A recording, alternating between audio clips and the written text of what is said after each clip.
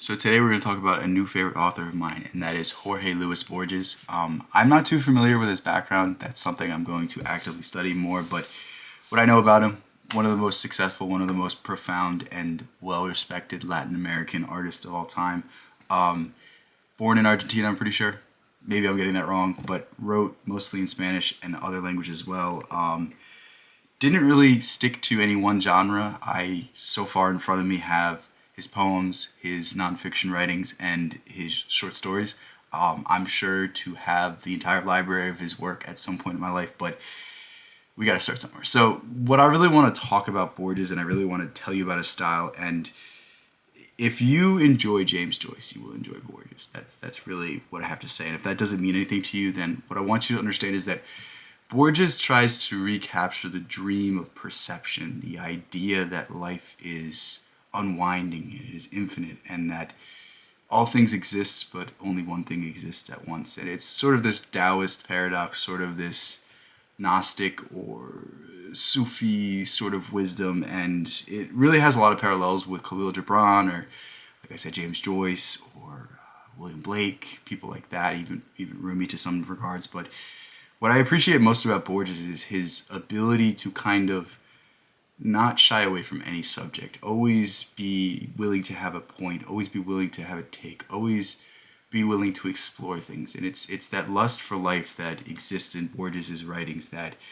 really steers me on to read more and more of them. I'm going to talk about the books in particular because I think it's going to allow me to give you more of a sense of who he was and what he writes about, and things that really struck me as I read these books. Because, I mean, one of these books I'm going to say that this is a must read. The other two are just, icing on the cake. But if you want to read anything by Borges, you have to read fictions, ficciones, whatever it's called on the cover, you're going to have to read that. But we'll get into that soon enough. The first thing I want to talk about is Borges' poems. This is just a collection of his poems by Penguin Publishing, whatever it's called, but it's just something that I found in Barnes and Noble. So I'm sure you can find one for cheaper. I'm sure you can find one that's better. It's just what I have.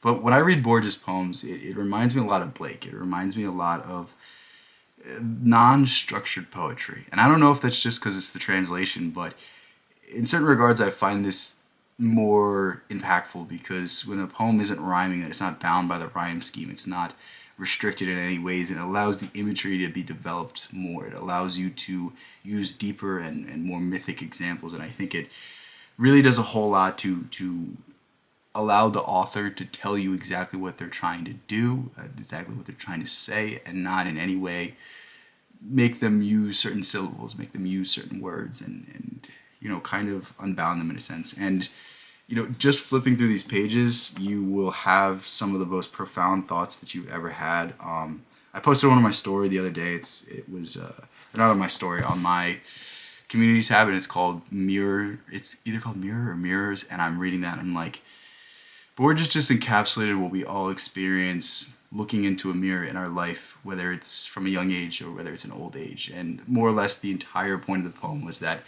as a young man, he looked into the mirror and he saw potential and he wondered if others saw it. But when he looked into the mirror as an old man, he looked into it and he saw the truth. He saw all the things that were holding him back, and he wondered if people saw that as well. And that was something that struck me because it was all about when you're young, you believe you could be something, you could believe you could be anything, but by the time you're old, you have limited yourself. You have told yourself, I can't do this, I can't do that.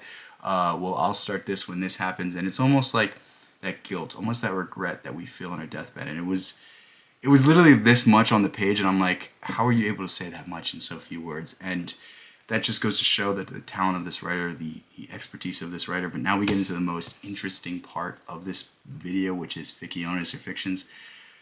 Roughly speaking, half these stories are like, why am I reading this? And then by the end of it, you'll be like, okay, I see why I'm reading this. And then the other half, you're completely engrossed into the story and you love it, and it's something that will fundamentally transform your life. And it's not that any of the stories are bad, it's just that some of the stories are so good that the contrast is just difficult to get over. And it's like, how can you ever live up to a masterpiece? How can you ever create something of equal worth as, something that will stand the test of time and last for centuries? And essentially that's what Borges was struggling against, because the first story that he wrote in this book is probably the best thing he ever wrote, probably the best thing I'll ever read by him, and one of the top things that I've ever just studied, because it's essentially about a fictional encyclopedia article about a fictional book, about a fictional society that was capable of instantaneously creating things to their ideas and their thoughts. And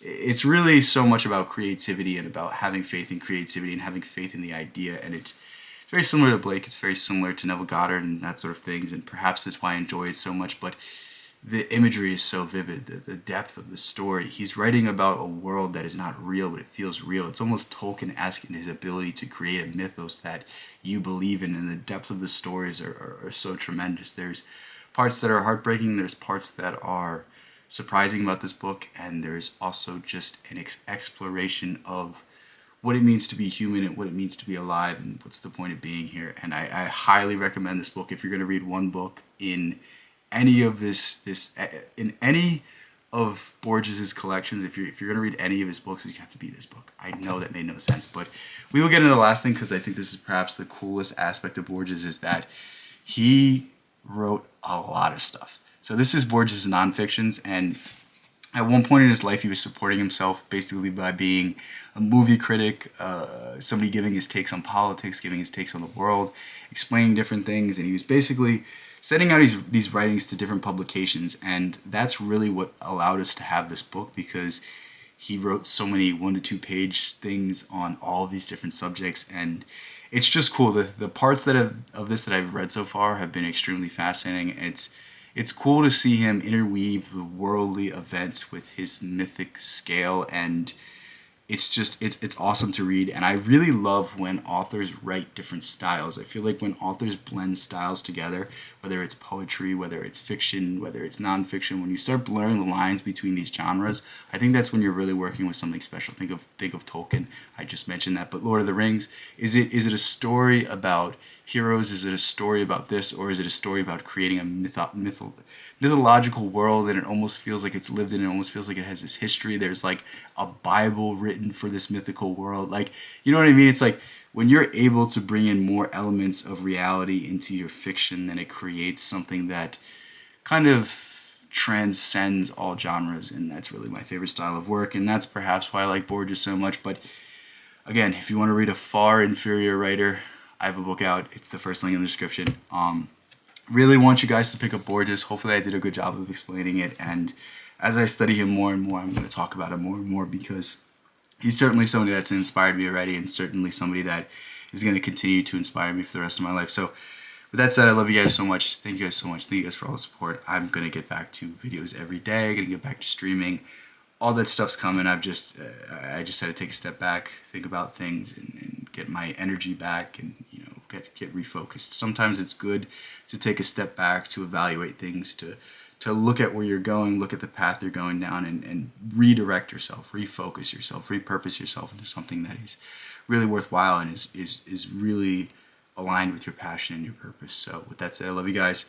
Peace out. Thank you for all the support. Love you guys.